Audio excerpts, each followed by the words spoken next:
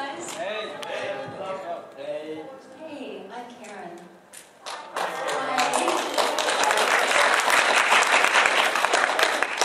I'm so touched that you guys came here to talk to me. I'm so touched.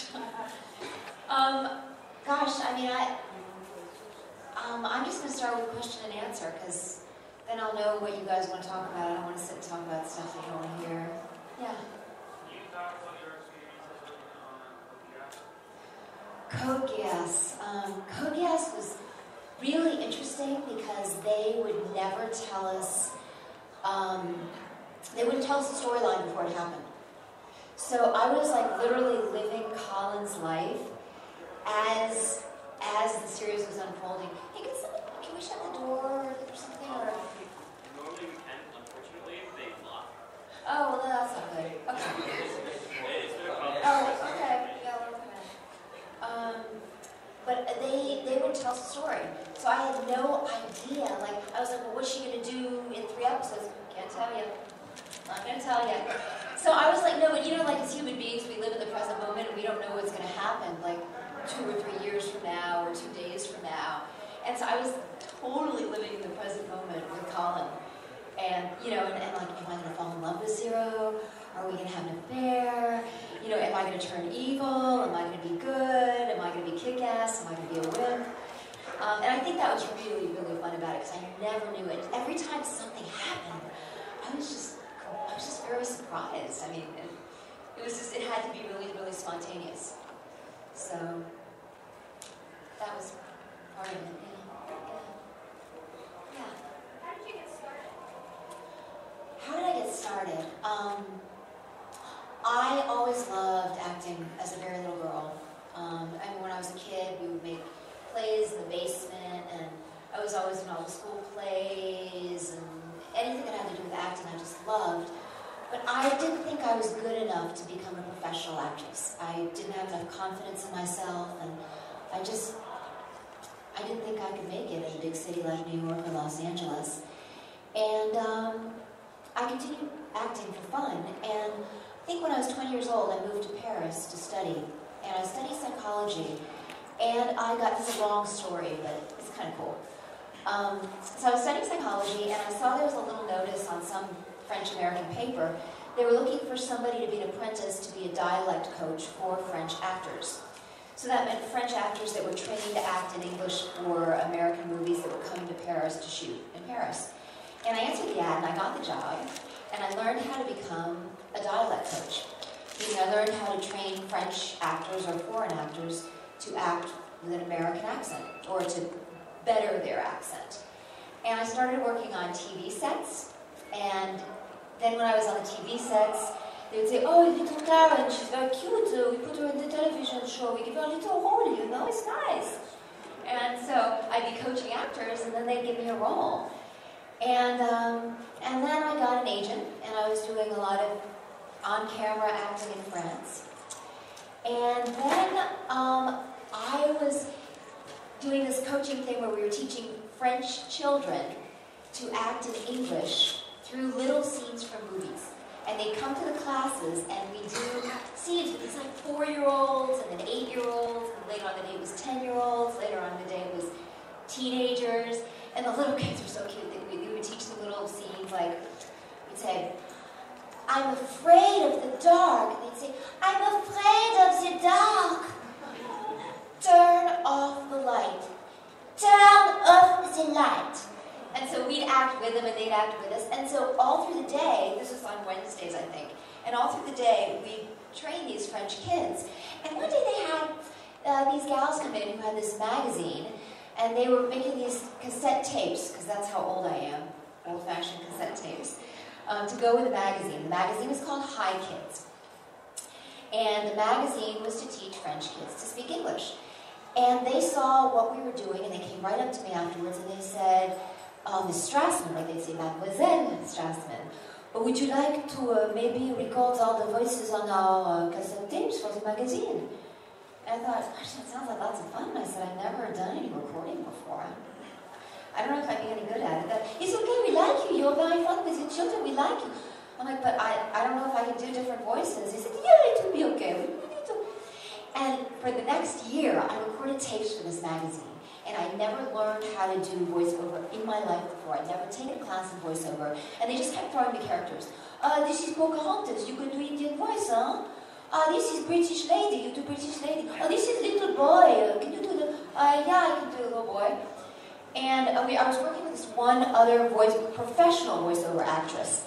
And I just watched her and everything she did. And I remember when she was doing her little boys, she would do this thing with her fist. She would, oh, yeah, that's great, Mom. Hey, Mom, where's the peanut butter? She always do this thing with her wrist. And so I go home after the session, and I look in the mirror and I imitate her, and I do like for little boys. And anytime she or anybody else I got to work with would do something, I'd go home and try and do what they did. And I just got better and better at it, and it was just so much fun. And I mean, I was really, really lucky because it just happened to me. I didn't like go looking for it. Like I didn't even know that voiceover was a profession. And then I started dubbing voices for French films. So I was dubbing French actors into English. Juliette Binoche, I was dubbing into English, and all these famous French actors, I was doing their voice in English for planes and everything. And then I started doing cartoon work, because there are tons and tons of cartoons in Europe, and the way they sell those cartoons is to dub them in English in Europe so they can sell them in English. So I was in a very small talent pool when I was in France. So I got all these lead roles, and they called me the voiceover queen of Paris, because the voiceover princess, I think they said. I just think I was really lucky. People liked me, I was nice, and I brought good energy, and I had a young, fresh voice. And when we would do those cartoons, there was no, they didn't have one actor for every character like they do in something like Bleach or Naruto. In these cartoons, they'd throw like 10 characters at me, or like 30 in a season. And I had to be the old woman, I had to be the little boy, I had to be the French poodle or whatever, And it's just like they threw a character at me and I had to invent it. And then about 9 years ago, I moved to Los Angeles, and because I had so much experience, I got an agent right away, and friends of friends met me and thought that I was talented and introduced me to anime companies, and introduced me to video game companies, and I kept on auditioning. I just got more and more and more and more work. And I don't know if you guys know this, but I also do a lot of on-camera. I have a regular series guest role, a regular guest role on the TV show Weeds. I play a very quirky, fun SEC agent named Jolene Waite. And I just finished a film. I just did a lead role in a very dramatic, edgy film where I played a Northern Irish woman dying of cancer. It was very depressing. So that's a really long answer, but it's kind of interesting, I guess, to know how people come to do what they do. What's the difficulty doing dubs?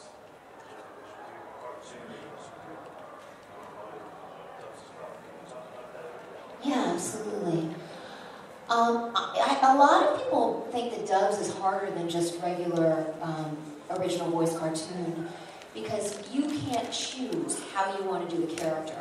Like right now, I'm the lead female. I'm the only female in Monsuno, the new show on Nicktoons, and it's really cool because we don't have to dub it. I mean, we dub ourselves afterwards, but we can choose however we want to do it. So if I'm playing this evil character, Medea, and it says she laughs, I can invent however I want to laugh. And she has a really cool laugh.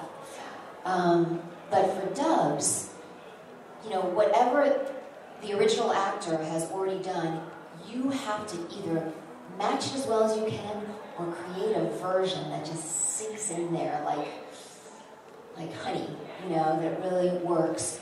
And it's sort of, so it's like it's very technical. And you also have to be very humble, because if you don't like, the cadence or what they have in there, you can't go, oh, I don't want to do it this way and I want to make it this long.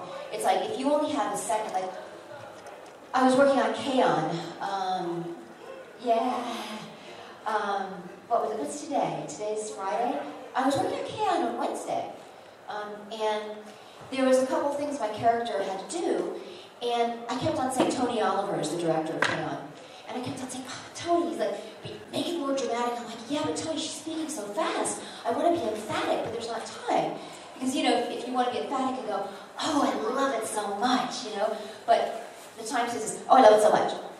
You know, you have to find that, oh, I love it so much. You have to find a way to put that passion and emphasis in a short amount of time. Or sometimes you have to pause where you wouldn't normally pause.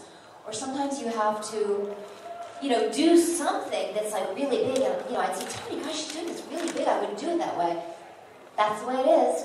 Make it work. I'm like, got it. And you know, that's that, and also I think what is really just a skill about dubs. And I wouldn't say it's hard, I just say it's a skill. I think there's some things that are hard, and then there's some things that are just, if you practice them, you can do them. And I think dubbing for me is also, I'm very good at it because I've done it a lot. But if you sit in front of your TV at home and, you know, turn off, and you have a script and you know, turn off the sound and you fit your voice into the thing and you just keep practicing doing it, anybody can do it. You know, I mean, some people are brilliant at it. But, you know, it's like if you have a baseball and bat, you keep practicing, you get better and better. But you do, you have to watch, you have to either memorize your sentence so that you can watch the character's mouth and get your voice right inside the mouth, or look from your script up to the character's mouth to the script, and you have to keep moving your eyes back and forth.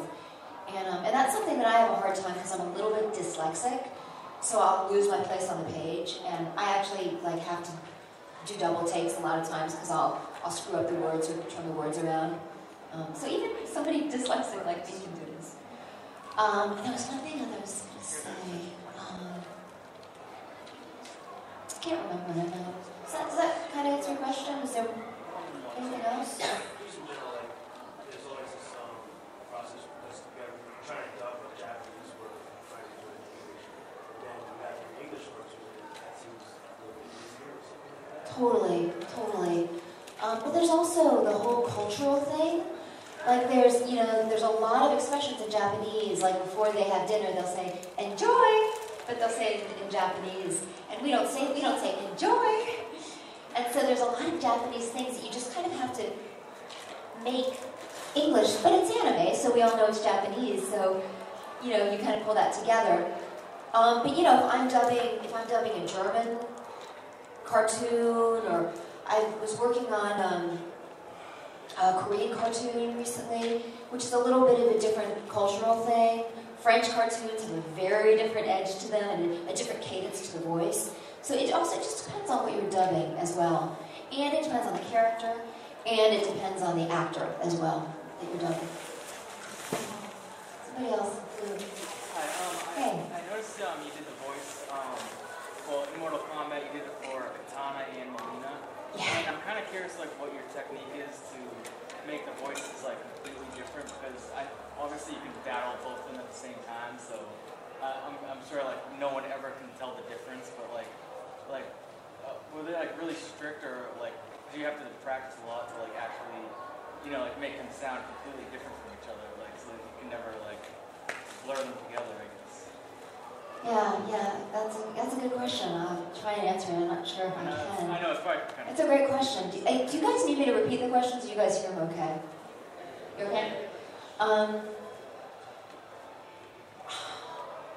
You know what? I think there's two kinds of voice acting that I see, and one is where I'm in a zone of just totally playing.